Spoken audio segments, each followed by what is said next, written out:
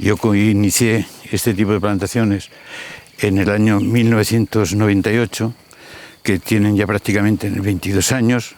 A mí me daba vergüenza decir que tenía 26.000 árboles, pero claro, cuando, que cuando se medía por olivos, ¿no? Cuando se medía por olivos. Dice que tienes 26.000 olivos, pero este es un fantasma, un gilipollas o las dos cosas. Porque sí. Es inconcebible, claro. Oye, nosotros vamos por más de 19 millones. Me imagino, exactamente. O sea, que aquí vamos juntos, pero separados. Lo mismo, pero no, juntos, pero no revueltos. ¿Sí? Aquí que cada uno está en su mundo y evidentemente, si tuvieras mi finca, si un día quieres venir a verla, hemos sacado unas fotos y es tremendamente movida.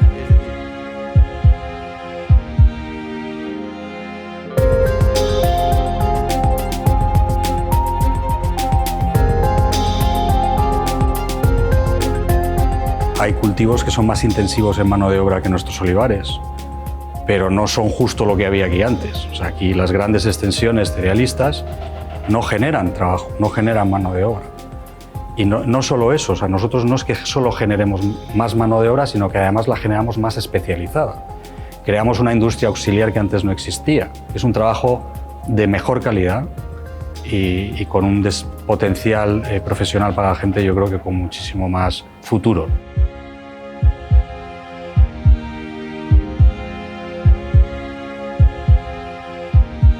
El cultivo del olivo, entendido como un cultivo de regadío, es de los menos exigentes en agua y además hoy en día también hay mucho conocimiento para hacerlo muy bien y estamos volviendo a generar un bosque donde no había. Yo creo que eso tiene unos beneficios indudables.